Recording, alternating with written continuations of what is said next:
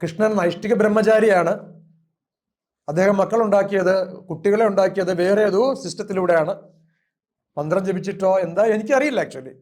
ഇവിടെ ഇപ്പം ഹിന്ദുക്കൾ ഇപ്പൊ ജയ് ഭീം എന്ന് പറഞ്ഞിട്ട് ഒരു കാറ്റഗറി ഓഫ് കുറെ ഒരു ഗ്രൂപ്പ് ഉണ്ടായതും, പിന്നെ റെസ്റ്റ് ഓഫ് അല്ലെങ്കിൽ ബ്രാഹ്മണിക് ആയിട്ടുള്ള ആളുകളെ സപ്പോർട്ട് ചെയ്യുന്ന ഒരു ഗ്രൂപ്പ് ഉണ്ടായതും, സത്യത്തിൽ അത് ഹിന്ദുയിസം പ്രചരിപ്പിക്കപ്പെട്ടതിൻ്റെ ഒരു കുഴപ്പമാണ്.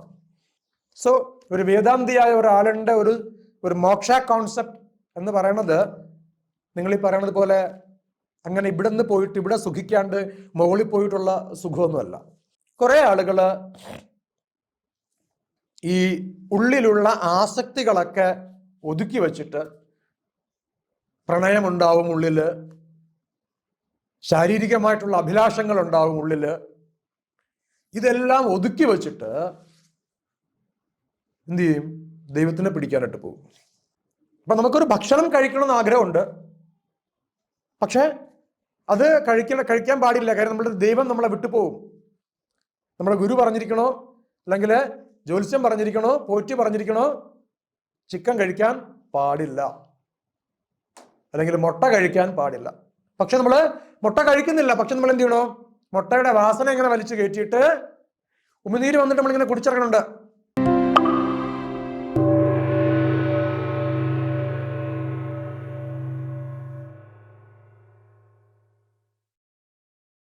ഒരു കുടുംബജീവിതം എന്ന് പറയുമ്പോൾ പ്രധാനമായിട്ടും അതിൽ ഉദ്ദേശിക്കുന്നത് ഒരു ദാമ്പത്യ ജീവിതമാണ്. ഒരു പങ്കാളിയുമായി ഒത്തുള്ള ഒരു ദാമ്പത്യ ജീവിതം. ഈ ദാമ്പത്യ ജീവിതം നയിച്ചുകൊണ്ട് ആത്മീയ പുരോഗതി സാധ്യമാണോ? അത് നിശ്ചയമായിട്ടും സാധ്യമാണ്. ഒരുപക്ഷെ നമുക്ക് കൃത്യമായിട്ട് ശരിയായ ആത്മീയമായിട്ടുള്ളൊരു ധാരണ ഉണ്ടാകുമ്പോൾ, ഒരു ആത്മീയതയെ നമ്മൾ ശരിയായിട്ട് സമീപിക്കുമ്പോൾ, പല സാഹചര്യങ്ങളിലും നമുക്ക് ബോധ്യപ്പെടുന്ന ഒരു കാര്യമുണ്ട്. ദാമ്പത്യ ജീവിതം ആത്മീയ പുരോഗതിക്ക് ഒഴിവാക്കാൻ പറ്റാത്ത സാഹചര്യമായിട്ട് വരുന്ന അങ്ങനെയുള്ള അവസരങ്ങൾ വരെ ഉണ്ടാകാറുണ്ട്. അങ്ങനെയുള്ള ഗുരുക്കന്മാര് നമുക്കുണ്ടായിരുന്നു. ഇപ്പൊ ഇന്ത്യൻ മിത്തോളജിയിലാണെങ്കിൽ നമ്മുടെ അവതാരങ്ങൾക്കൊക്കെയും ഒരു സ്ത്രീ ശക്തി സങ്കല്പമുണ്ട്, ഒരു ഭാര്യാസ്ഥാനമുണ്ട്. നമ്മുടെ ശ്രീരാമകൃഷ്ണ പരമഹംസർക്കാണെങ്കിൽ അദ്ദേഹത്തിനും ഒരു ഭാര്യ. പിന്നെ ചില സമ്പ്രദായങ്ങളിൽ ആചാര്യന്മാർക്ക് പത്നി സമേതരാകുന്ന അവരാണ് ശരിക്കും ആചാര്യന്മാരായിട്ട് വിധിയുള്ളത്. വളരെ മനോഹരമായ ഒരു ചോദ്യമാണ്. കാര്യം പലരും ആത്മീയ ജീവിതം തെരഞ്ഞെടുക്കാൻ മടിക്കുന്നതിൻ്റെ ഒരു കാരണമാണ്. നമ്മൾ ജീവിതത്തിൽ ഒരു ആത്മീയ സമീപനം സ്വീകരിച്ചു കഴിഞ്ഞാൽ നമ്മളുടെ കുടുംബ ജീവിതത്തിൽ പ്രശ്നങ്ങൾ ഉണ്ടാകുമോ? കുടുംബജീവിതം താറുമാറായി പോകുമോ? അങ്ങനെ സംഭവിക്കുന്നുണ്ട്. പക്ഷെ ഒരു കാര്യം നമ്മൾ മനസ്സിലാക്കുക, ദാമ്പത്യ ജീവിതത്തിന് അല്ലെങ്കിൽ കുടുംബ ജീവിതത്തിന് ആത്മീയതയുമായി ഒരുമിച്ച് കൊണ്ടുപോകാൻ സാധ്യമല്ല എന്നുള്ള രീതിയിൽ ആളുകളുടെ ഇടയിൽ ഒരു ബോധം ഉണ്ടാക്കിയത് ഹിന്ദുമതം തന്നെയാണ്. മറ്റുള്ള മതങ്ങളിലൊന്നും തന്നെ നമുക്കൊരു സാധാരണ നമ്മളൊരു നിരീക്ഷിക്കുമ്പോൾ നമുക്കറിയാം, ഒരു ക്രിസ്ത്യാനി അല്ലെങ്കിൽ ഒരു മുസൽമാൻ, ഇവരൊന്നും ഇപ്പം 5 നേരം പോയി നിസ്കരിച്ചു എന്ന് വെച്ചിട്ടോ, അല്ലെങ്കിൽ എല്ലാ ഞായറാഴ്ചയും പോയി പള്ളിയിൽ പോയി പ്രാർത്ഥിച്ചു എന്ന് വെച്ചിട്ടോ, അല്ലെങ്കിൽ ഭാര്യ കുറച്ച് വിശ്വാസം കൂടിപ്പോയെന്ന് വെച്ചിട്ട് ഭർത്താവോ, ഇവർക്കൊന്നും ഒരു ആകുലതകളോ വ്യാകുലതകളോ യാതൊന്നുമില്ല. ശരിക്കും അവരിലൊക്കെ ഭക്തി കൂടുമ്പോൾ ആ മതങ്ങളിലൊക്കെ അതിലെ ഒരു അംഗത്തിന് ആ ഒരു ഈശ്വരീയമായിട്ടുള്ള വിഷയങ്ങളിൽ താല്പര്യം കൂടുമ്പോൾ ആ വ്യക്തിക്ക് ശരിക്കും ഒരു റെസ്പെക്റ്റ് ആ ഫാമിലിയിൽ കിട്ടുകയാണ്. അപ്പം ഒരു ക്രിസ്ത്യൻ ഫാമിലിയിൽ ഒരാള് പ്രീസ്റ്റായിട്ട് പോകുമ്പോൾ അവർക്ക് അതുവരെ ഇല്ലാതിരുന്ന ഒരു റെസ്പെക്റ്റ്, സ്വീകാര്യതയൊക്കെ ആ കുടുംബത്തിൽ ലഭിക്കുകയാണ്.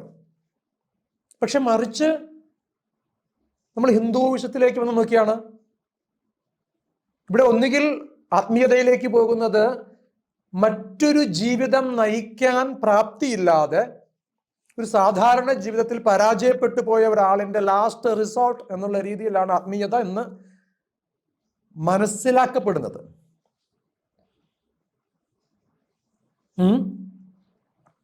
അതുപോലെ നമ്മൾ ആത്മീയ ജീവിതം തെരഞ്ഞെടുത്തു കഴിഞ്ഞാൽ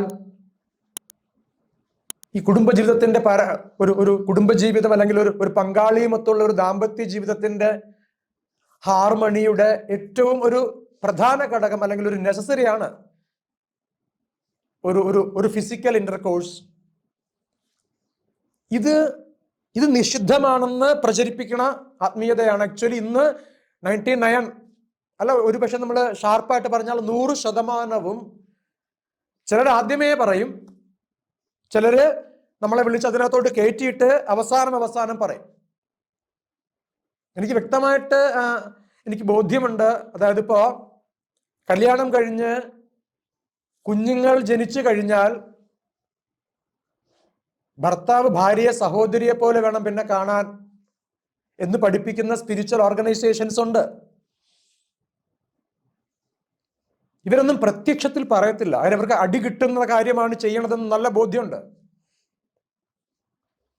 പക്ഷെ നമ്മൾ അവരുടെ പൂർണ്ണമായിട്ടും നമ്മളുടെ ബ്രെയിൻ ഫ്രീസായി അവർ ഫീഡ് ചെയ്യണ തലച്ചോറ് കൊണ്ട് നമ്മൾ ചിന്തിക്കാൻ തുടങ്ങുമ്പോൾ മാത്രമാണ് ഈ സാധനം നമ്മളിലേക്ക് അവർ തരുള്ളൂ. അപ്പോൾ പിന്നെ നമുക്കിത് ഇട്ടെറിഞ്ഞിട്ട് പോകാൻ പറ്റാണ്ട് നമ്മളൊരു ട്രാപ്ഡ് എന്ന് പറയുന്നൊരു കണ്ടീഷനിലേക്കാവും. അപ്പം ശരിക്ക് ഇത്തരത്തിൽ ആളുകൾ ചതിക്കപ്പെടുന്നത്, വഞ്ചിക്കപ്പെടുന്നതൊക്കെ ഞാൻ മുൻപ് പറഞ്ഞതുപോലെ ശരിയായ ഒരു ആത്മീയത എന്താണ് എന്നൊരു ധാരണ ഇല്ലാത്തത് കൊണ്ടാണ്. ഇപ്പം ആത്മീയ ജീവിതവും ദാമ്പത്യ ജീവിതവും കൂടിച്ചേർന്ന് പോകാൻ പറ്റാത്തതാണെന്നൊരു ധാരണ ഹിന്ദുക്കളിലാണ് ശരിക്കും ഒരു രൂഢമൂലമായിരിക്കുന്നത്. അതിന്റെ കാരണം സനാതന മതത്തിന്റെ ബ്രാൻഡ് അംബാസഡേഴ്സ് ആയിട്ട് സ്വയം വിശേഷിപ്പിക്കുന്ന സ്പിരിച്വൽ ഓർഗനൈസേഷൻസും റിലീജിയസ് ഓർഗനൈസേഷൻസും അവർ തന്നെയാണ് പ്രധാനമായിട്ടും ഇതിൻ്റെ ഒരു കാരണം. അപ്പൊ അങ്ങനെ വരുമ്പോൾ സ്വാഭാവികമായിട്ടും ഇവിടെ ഹിന്ദുമതത്തിലുള്ള ആളുകൾ ഇറച്ചി കൂട്ടിയാൽ ഈശ്വരനെ വിളിക്കാൻ പറ്റില്ല, ഭാര്യയുമായിട്ട് കിടന്നു കഴിഞ്ഞാൽ പിറ്റേന്ന് രാവിലെ ഈശ്വരനെ വിളിക്കാൻ പറ്റില്ല, ഇങ്ങനെ പറയുന്ന ഒരു ആത്മീയത ഹിന്ദുവിസത്തിൽ ഇങ്ങനെ പ്രചരിപ്പിക്കപ്പെടുകയും മറുവശത്താണെങ്കിലോ നിങ്ങൾക്ക് നിങ്ങളുടെ കുടുംബവുമായിട്ട് നിങ്ങളുടെ ഭർത്താവ് എന്നുള്ള രീതിയിലുള്ള ഉത്തരവാദിത്വം, ഭാര്യ എന്നുള്ള ഉത്തരവാദിത്വം, അത് ബയോളജിക്കലായിട്ടായാലും എമോഷണൽ ആയിട്ടായാലും നിങ്ങൾക്കതിനെ പൂർണ്ണമായിട്ട് നിറവേറ്റിക്കൊണ്ട് നിങ്ങൾക്ക് ജീവിക്കാൻ പറ്റുന്ന ഒരു സാഹചര്യമുണ്ട്. പക്ഷെ ഇപ്പുറത്തോ എന്നിട്ട് എന്ത് ചെയ്യും? ഇവിടെ നമ്മൾ ഹിന്ദുയിസ്റ്റ് ആളുകൾ അല്ലെങ്കിൽ ഹിന്ദുമതത്തിന്റെ വക്താക്കൾ, ഹിന്ദുമതം പ്രചരിപ്പിക്കണം അല്ലെങ്കിൽ അതിന്റെ ബ്രാൻഡ് അംബാസഡറായിട്ട് സ്വയം വിശേഷിപ്പിക്കുന്ന ആളുകൾ എന്ത് ചെയ്യും? അവര് നിലവിളിയാണ്. അന്യമതങ്ങൾ വന്നിട്ട് അല്ലെങ്കിൽ സെമിറ്റിക് മതങ്ങൾ വന്നിട്ട് ഇവിടെ മതം മാറ്റുന്നു, കൺവേർട്ട് ചെയ്യുന്നു എന്നൊക്കെ പറഞ്ഞിട്ട് അല്ലേ? അപ്പൊ ശരിക്ക്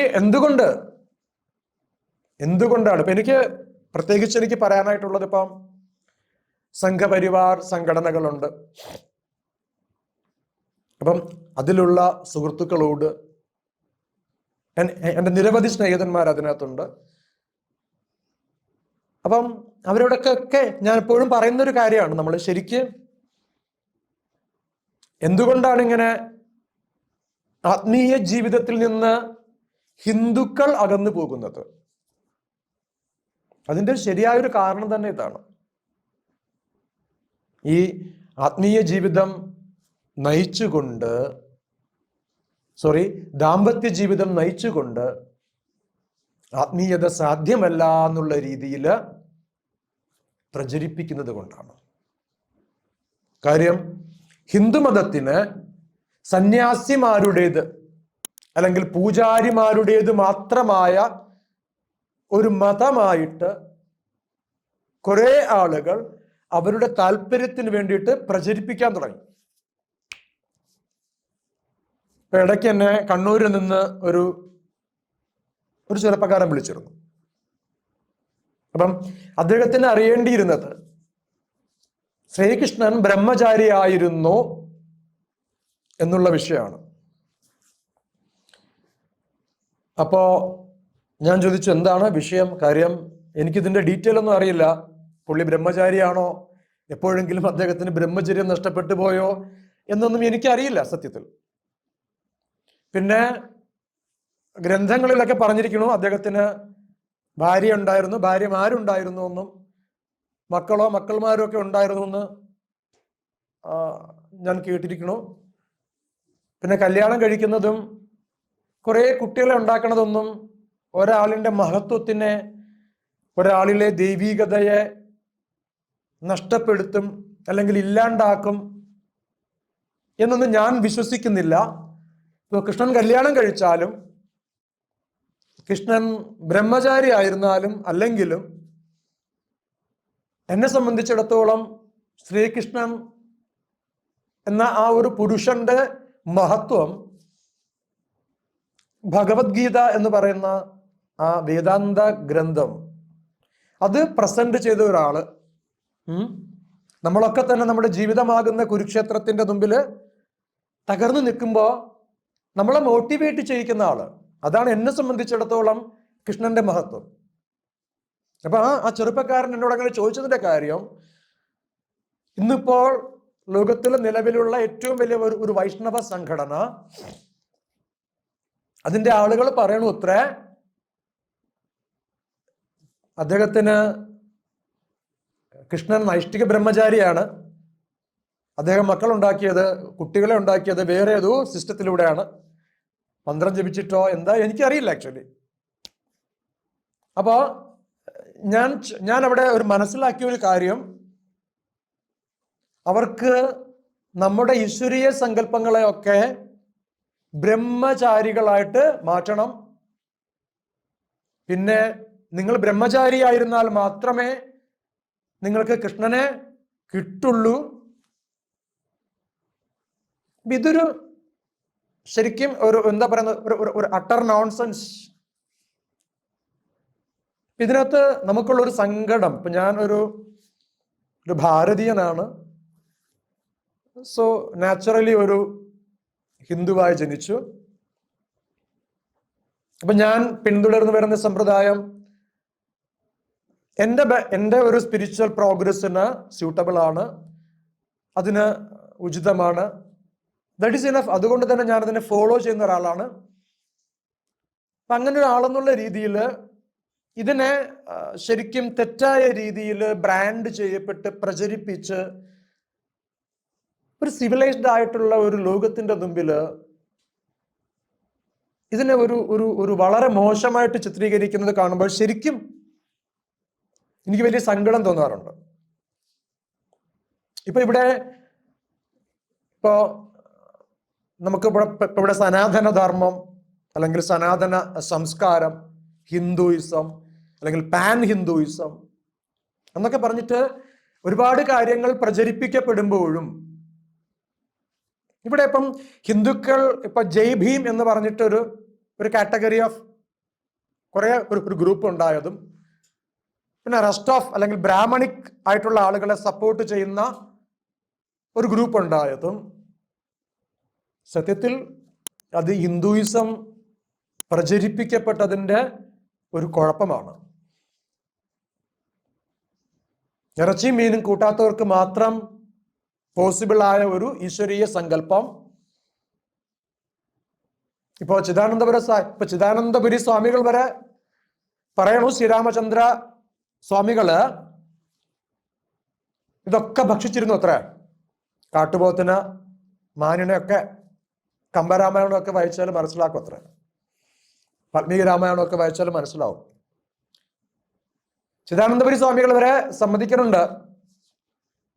എന്നിട്ട് അദ്ദേഹം പറയുന്നുണ്ട്, ശ്രീരാമചന്ദ്രന് അത് കഴിക്കാമായിരുന്നു, കാരണം അദ്ദേഹം ക്ഷത്രിയനായിരുന്നു. ക്ഷത്രിയന് മാംസഭക്ഷണം നിഷിദ്ധമായിരുന്നില്ല.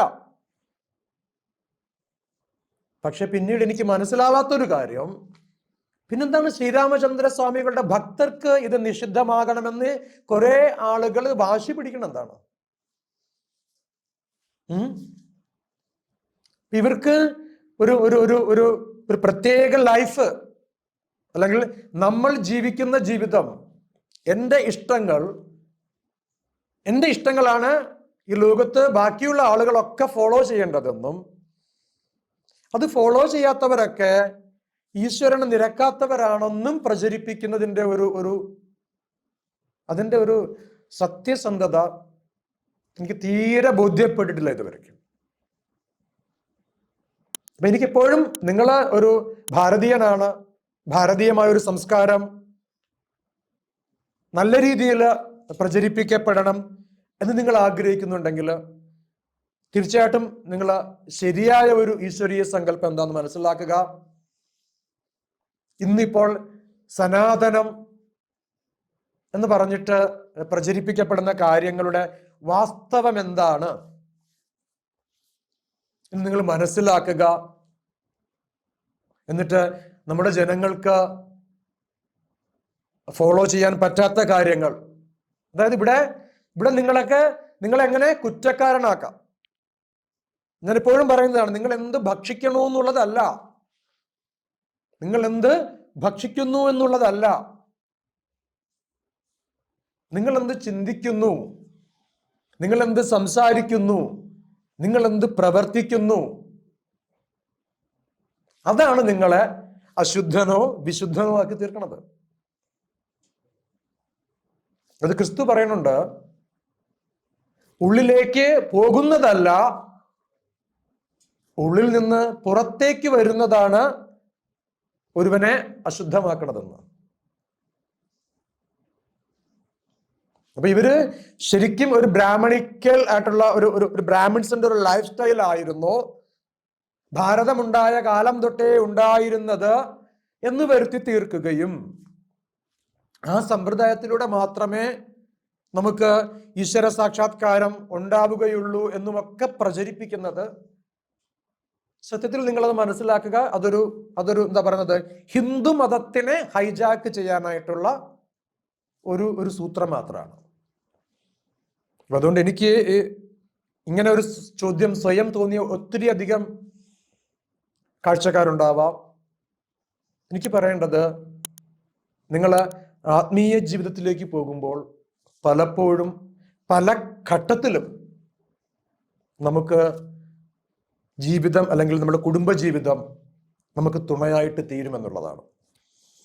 കാരണം ആത്മീയ ജീവിതത്തിലേക്ക് നമ്മൾ, അല്ലെങ്കിൽ ആത്മീയതയെക്കുറിച്ച് വിശദമായിട്ട് മനസ്സിലാക്കുന്ന ആളുകൾക്ക് ഒരു കാര്യം മനസ്സിലാകും, കർമ്മബന്ധം എന്ന് പറയുന്ന ഒരു സംഗതിയുണ്ട്. നമുക്ക് ഒരാളുടെ ഒരു യഥാർത്ഥ ആത്മീയ ശ്രേയസ് അല്ലെങ്കിൽ ഒരു സ്പിരിച്വൽ പ്രോഗ്രസ് ഉണ്ടാവുന്നത് എപ്പോഴെന്ന് വെച്ച് കഴിഞ്ഞാൽ ആ വ്യക്തിയുടെ എല്ലാ കർമ്മ കണക്കുകളിൽ നിന്നും ആ വ്യക്തി പൂർണ്ണമായിട്ട് മോചിപ്പിക്കപ്പെടുമ്പോഴാണ് ശരിക്ക് മോക്ഷ ഓർ ദി അബ്സല്യൂട്ട് ലിബറേഷൻ അത് സംഭവിക്കുന്നത്. നിങ്ങൾ ഈ പറയണത് പോലെ സ്വർഗത്തിൽ പോയി ഹൂറിമാരുടെ കൂടെയോ രംഭയുടെ മേനകയുടെ കൂടെയോ ഡാൻസ് കളിക്കണതൊന്നല്ല. ഒരു സ്പിരിച്വൽ വേദാന്തിയായ ഒരു ആളുണ്ട്. ഞാനൊരു അദ്വൈതിയാണ്. സോ ഒരു വേദാന്തിയായ ഒരാളുടെ ഒരു മോക്ഷ കോൺസെപ്റ്റ് എന്ന് പറയണത് നിങ്ങൾ ഈ പറയണത് പോലെ അങ്ങനെ ഇവിടെ നിന്ന് പോയിട്ട് ഇവിടെ സുഖിക്കാണ്ട് മുകളിൽ പോയിട്ടുള്ള സുഖമൊന്നുമല്ല. അപ്പം അങ്ങനെയുള്ള ഒരു അവസ്ഥയിൽ നമ്മുടെ കർമ്മങ്ങളുടെ കണക്ക് നമുക്ക് ചിലപ്പോ മുറിഞ്ഞു പോകണമെങ്കിൽ നമുക്ക് ചില ആളുകളുമായിട്ട് ചില ബന്ധങ്ങൾ, വിവാഹ ബന്ധമാകാം, സൗഹൃദങ്ങളാകാം. ഇവരിലൂടെയൊക്കെ നമുക്ക് ആ കണക്കെല്ലാം നമുക്ക് ക്ലോസ് ചെയ്താൽ മാത്രമേ നമുക്ക് റിയലി നമുക്കിത് ലിബറേഷൻ ഉണ്ടാവുള്ളൂ. ഇല്ലെങ്കിൽ വരുന്ന സംഭവം എന്ന് പറഞ്ഞു കഴിഞ്ഞാൽ വേറെ ഒന്നുമല്ല, കുറെ ആളുകള് ഈ ഉള്ളിലുള്ള ആസക്തികളൊക്കെ ഒതുക്കി വച്ചിട്ട്, പ്രണയമുണ്ടാവും ഉള്ളില്, ശാരീരികമായിട്ടുള്ള അഭിലാഷങ്ങൾ ഉണ്ടാവും ഉള്ളില്, ഇതെല്ലാം ഒതുക്കി വച്ചിട്ട് എന്ത് ചെയ്യും? ദൈവത്തിനെ പിടിക്കാനായിട്ട് പോകും. അപ്പൊ ഇതൊക്കെ ശരിക്ക് എന്തു ചെയ്യും? ഇത് സാധനം ഇങ്ങനെ അടക്കി അടക്കി അടക്കി ഇട്ടേക്കും. അതുകൊണ്ടാണ് ചില സ്വാമിമാരൊക്കെ പറയണത്, നമ്മൾ കേട്ടിട്ടുണ്ട്, ചില ശിഷ്യന്മാരുടെ അടുത്തൊക്കെ പറയും, നമുക്ക് രഹസ്യമായിട്ട് ഭാര്യ ഭർത്താവിനെ പോലെ ജീവിക്കാം, പുറത്തറിയണ്ട, രഹസ്യമായിട്ട് ഭാര്യയും ഭർത്താവുമായിട്ട് ജീവിക്കാം. കാര്യം പുറത്തറിഞ്ഞാൽ എന്താണ്? നമ്മളിവിടെ പഠിപ്പിച്ചിരിക്കുന്ന ആത്മീയത എന്ന് പറഞ്ഞാൽ എന്താണ്? ഭാര്യ ഭർത്താവുമായിട്ട് ജീവിച്ചു കഴിഞ്ഞാൽ പിന്നെ അയാളിൽ ഈശ്വരീയത ഉണ്ടാകില്ല എന്നാണല്ലോ പഠിപ്പിച്ചിരിക്കുന്നത്. അങ്ങനെ വരുമ്പോൾ എന്ത് ചെയ്യും? ഈ ആത്മീയ ഗുരു ഒരു നടുക്കടലിൽ പെട്ടുപോകും. ശരിയായ ഒരു അണ്ടർസ്റ്റാൻഡിംഗ് ഇല്ലല്ലോ. അപ്പൊ ശരിക്കും എന്തുകൊണ്ടാണ്? കൃത്യമായ ഒരു നോളജ് ഇല്ലാത്തത് കൊണ്ടാണ്. ഇവിടെ നമ്മുടെ ഗുരുക്കന്മാരൊക്കെ ഇപ്പം ഭഗവത്ഗീത കൃഷ്ണൻ വന്ദേ ജഗദ്ഗുരു എന്ന് ചൊല്ലിയിട്ട് ആൾക്കാർ പഠിക്കുന്നു. ആ ഗുരുവായിരിക്കണ കൃഷ്ണൻ നമുക്ക് നമ്മുടെ 4 പുരുഷാർത്ഥങ്ങളെയും ആസ്വദിച്ച ആളാണ്, ആചരിച്ച ആളല്ല, ആസ്വദിച്ച ആളാണ്. ധർമ്മം, അർത്ഥം, കാമം, മോക്ഷം, ഈ 4നെയും ആസ്വദിച്ച ആളാണ്. അതുപോലെ ശ്രീരാമചന്ദ്ര മഹാപ്രഭു, പിന്നെ ഇപ്പോൾ വൈഷ്ണവത്തിൽ പറയണ സർവ അവതാരങ്ങൾക്കും ഇത്തരം കാര്യങ്ങളൊക്കെ ജീവിതത്തിൽ ഉണ്ടായിരുന്നതാണ്. ഭഗവാൻ പറയണു, നിങ്ങളുടെ കർമ്മേന്ദ്രിയങ്ങളെ അടക്കിയിട്ട് ജ്ഞാനേന്ദ്രിയങ്ങളെ കൊണ്ട് വിഷയത്തെ ചിന്തിച്ചു കൊണ്ടിരിക്കുന്നവരാണ് എങ്കിൽ അത്തരക്കാരുടെ ആചരണം വ്യാജമാണെന്നാണ് പറയുന്നത്. അപ്പോ എന്താണ് ജ്ഞാനേന്ദ്രിയം? എന്താണ് കർമ്മേന്ദ്രിയം? ശരിക്ക് കർമ്മേന്ദ്രിയം എന്ന് പറഞ്ഞാൽ നമ്മുടെ പ്രവർത്തികൾ ചെയ്യാൻ ഉപയോഗിക്കണ ഇന്ദ്രിയങ്ങൾ. അതിനെക്കുറിച്ച് ഞാൻ വിശദമായിട്ട് ഇവിടെ പറയുന്നില്ല. പിന്നീട് ജ്ഞാനേന്ദ്രിയം എന്ന് പറഞ്ഞാൽ നമ്മുടെ സെൻസ് ഓർഗാൻസ്. അപ്പൊ നമുക്കൊരു ഭക്ഷണം കഴിക്കണമെന്ന് ആഗ്രഹമുണ്ട്, പക്ഷെ അത് കഴിക്കാൻ പാടില്ല. കാര്യം നമ്മുടെ ദൈവം നമ്മളെ വിട്ടുപോകും. നമ്മുടെ ഗുരു പറഞ്ഞിരിക്കണോ, അല്ലെങ്കിൽ ജ്യോത്സ്യം പറഞ്ഞിരിക്കണോ, പോറ്റി പറഞ്ഞിരിക്കണോ, ചിക്കൻ കഴിക്കാൻ പാടില്ല, അല്ലെങ്കിൽ മുട്ട കഴിക്കാൻ പാടില്ല. പക്ഷെ നമ്മൾ മുട്ട കഴിക്കുന്നില്ല. പക്ഷെ നമ്മൾ എന്ത് ചെയ്യണോ? മുട്ടയുടെ വാസന ഇങ്ങനെ വലിച്ചു കയറ്റിയിട്ട് ഉമിനീര് വന്നിട്ട് നമ്മളിങ്ങനെ കുടിച്ചിറങ്ങുന്നുണ്ട്, അല്ലെ? അപ്പൊ അത്തരം ആചരണം വ്യാജമാണ്. അപ്പൊ അതുപോലെയാണ് ശരിക്കും ഇവിടെ മിക്കവാറും മതങ്ങളിൽ നടക്കുന്നത്. ഇവിടെ വളരെ സെൻസിറ്റീവായിട്ട് ഇപ്പൊ നമ്മളുടെ ഇപ്പൊ ഈ ചേലാകർമ്മം, അല്ലെങ്കിൽ ഈ പറഞ്ഞതുപോലെയുള്ള, ഇപ്പൊ നമുക്ക് ഹിന്ദുയിസത്തിലാണെങ്കിൽ വെളുത്തുള്ളി കഴിച്ചുകൂടാ, എന്താ പറയുക, മറ്റുള്ള രജോ ഗുണം വർദ്ധിപ്പിക്കുന്ന ഇത് കഴിച്ചുകൂടാ, ഇങ്ങനെയുള്ള പല പല സുന്നത്ത്, ഇങ്ങനെ ഇതൊക്കെ ഞാൻ പ്രത്യേകിച്ച് ഒരു മതത്തിനെ ഫോക്കസ് ചെയ്ത് പറയുന്നതല്ല. പക്ഷെ ഈ കാര്യങ്ങളൊക്കെ ഇതിന്റെ ഒരു പർപ്പസ്, റിയൽ പർപ്പസ് എന്ന് വെച്ച് കഴിഞ്ഞാല് നമ്മുടെ സെക്ഷുവൽ ഡിസയറിനെ വർദ്ധിപ്പിക്കാതിരിക്കുക എന്നുള്ളതാണ്. നമ്മൾ ശരിക്കും പറഞ്ഞു കഴിഞ്ഞാൽ ഇവര് മനോഹരമായിട്ടുള്ള മധുരത്തിൽ പൊതിഞ്ഞ രജോ ഗുണം എന്നൊക്കെ പറയുമെങ്കിലും ഇതിന്റെ പിറകിലുള്ള ഒരു ഇന്റൻഷൻ എന്ന് പറയുന്നത് സെക്ഷുവൽ ഡിസയറിനെ വർദ്ധിപ്പിക്കാതിരിക്കുക എന്നുള്ളതാണ്. അപ്പൊ ഇതൊക്കെ ശരിക്കും പറഞ്ഞു കഴിഞ്ഞാൽ എന്താണ്? ഇതൊക്കെ ബാഹ്യമായിട്ടുള്ള ആചരണമാണ്, ആന്തരികമായിട്ടുള്ള ഒരു ആചരണമല്ല. അതുപോലെയാണ് നിങ്ങൾ ആത്മീയതയിൽ പോകുമ്പോഴും നിങ്ങൾ ശരിക്കും എനിക്ക് നിങ്ങളോട് പറയേണ്ടത്, നിങ്ങളുടെ ആത്മീയ ജീവിതം നിങ്ങൾ തിരഞ്ഞെടുക്കാൻ ആഗ്രഹിക്കുന്നുണ്ട് എങ്കിൽ ദയവ് ചെയ്ത് യൂട്യൂബ് വീഡിയോസ് കണ്ടിട്ടോ, ആരുടെയും പ്രഭാഷണം നിങ്ങൾ കണ്ടിട്ട് പോകുന്നു നിങ്ങളൊരു ആത്മീയ ജീവിതം തിരഞ്ഞെടുക്കരുത്. നിങ്ങൾക്ക് ബോധ്യമുള്ള ഒരു വ്യക്തിയെ സമീപിച്ച് കാര്യങ്ങൾ മനസ്സിലാക്കി മാത്രം നിങ്ങളൊരു ആത്മീയ ജീവിതത്തിലേക്ക് പോവുക. നമുക്ക് ആത്മീയത എന്ന് പറയുന്നത് നമ്മളുടെ ആത്മാവിൻ്റെ ശ്രേയസ്കരമായിട്ടുള്ള കാര്യങ്ങൾക്ക് എന്തെല്ലാം പ്രവർത്തികൾ നമ്മൾ ചെയ്യണമോ അതെല്ലാം നിശ്ചയമായും ചെയ്തുകൊണ്ട്, ധർമാനുസരണം ചെയ്തുകൊണ്ട് ജീവിക്കലാണ് ആത്മീയ ജീവിതം. അത്രയേ ഉള്ളൂ. അല്ലാതെ ഇപ്പൊ അർജുനന്റെ കൂടെ ഭഗവാൻ യുദ്ധം ചെയ്യാൻ പറഞ്ഞു. അർജുനന്റെ കൂടെ ഭഗവാൻ കൃഷ്ണൻ യുദ്ധം ചെയ്യാനാ പറഞ്ഞത്, അല്ലാണ്ട് ആത്മീയ ജീവിതത്തിന് വേണ്ടിയിട്ട് പോയിരുന്ന തപസ് ചെയ്യാനല്ല പറഞ്ഞത്. നീ യുദ്ധം ചെയ്യുന്ന പറഞ്ഞത് അല്ലെ? ഭഗവാൻ അവിടെ എന്തുമാത്രം ഡ്രാമ കളിച്ചിട്ടാണ് കുരുക്ഷേത്രം ജയിച്ചത്. കാര്യം അവിടെ എന്താണ്? അദ്ദേഹത്തിന്റെ നിയോഗമാണ്. ആ ബ്രഹ്മം എന്ന് പറയുന്ന ഒരു സങ്കല്പം അദ്ദേഹത്തിനെ ഭൂമിയിലേക്ക് അയച്ചിരിക്കുന്നത് അദ്ദേഹത്തിന്റെ ധർമ്മം, അദ്ദേഹത്തിന്റെ ഡ്യൂട്ടി ചെയ്യാനാണ്. സോ അദ്ദേഹത്തിന്റെ ധർമ്മം അല്ലെങ്കിൽ അദ്ദേഹത്തിന്റെ കർമ്മം അദ്ദേഹം ചെയ്തു. അതിനുള്ള വേസ് അത് ഭയങ്കര ഡിഫറെന്റ് ആയിരുന്നു. അത് ഇപ്പൊ എനിക്കോ നിങ്ങൾക്കോ ഒക്കെ വിരുദ്ധമായിട്ടുള്ള അഭിപ്രായം ഉണ്ടായേക്കാം. പക്ഷെ അതൊന്നും വിഷയമല്ല. എന്താണോ അദ്ദേഹം ചെയ്യേണ്ടത് അത് അദ്ദേഹം ചെയ്തു. അതുകൊണ്ട് എനിക്ക് പറയേണ്ടത്, ഇപ്പൊ ഈ ഒരു ചോദ്യം ഏറ്റവും ആദ്യം വരിക ഒരു ഹിന്ദുവിന്റെ മനസ്സിലാകും ഇങ്ങനെ ഒരു വിഷയത്തിൽ. അതുകൊണ്ട് നിങ്ങൾ ആദ്യമേ മനസ്സിലാക്കുക, ആത്മീയ ജീവിതം നിശ്ചയമായും നമുക്ക് കുടുംബജീവിതവുമായി ചേർന്നുകൊണ്ട് തന്നെ നമുക്ക് നയിച്ചു പോകാൻ പറ്റും.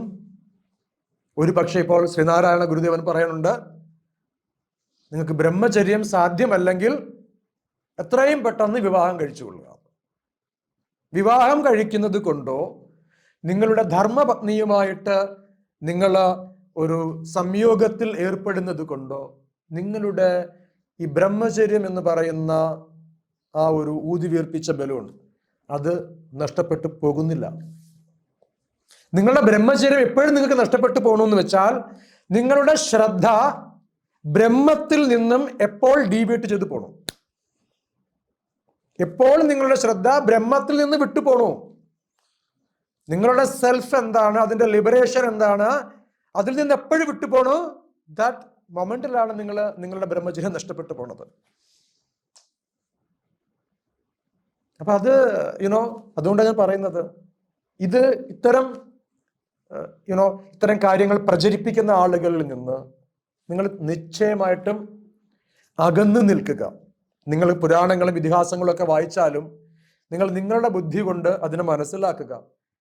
ഓരോരുത്തരുടെയും ലൈഫിലൂടെ പറയുന്ന ഓരോരോ കാര്യങ്ങളുണ്ട്. നിങ്ങളിപ്പം കൃഷ്ണനെ മനസ്സിലാക്കുന്നത്, ശ്രീരാമചന്ദ്രനെ മനസ്സിലാക്കുന്നത്, ബുദ്ധനെ മനസ്സിലാക്കുന്നത്, ആചാര്യസ്വാമികളെ മനസ്സിലാക്കുന്നത് എല്ലാം നിങ്ങളുടേതായിട്ടുള്ള ഒരു സ്വതന്ത്ര ബുദ്ധിയിലായിരിക്കുക. അപ്പൊ ഇതിനകത്ത് നിങ്ങൾക്കൊരു കുഴപ്പം ഉണ്ടാവില്ല. ഓക്കെ, ഇതാണ് ഈ വിഷയത്തിൽ പറയാനായിട്ടുള്ളത്.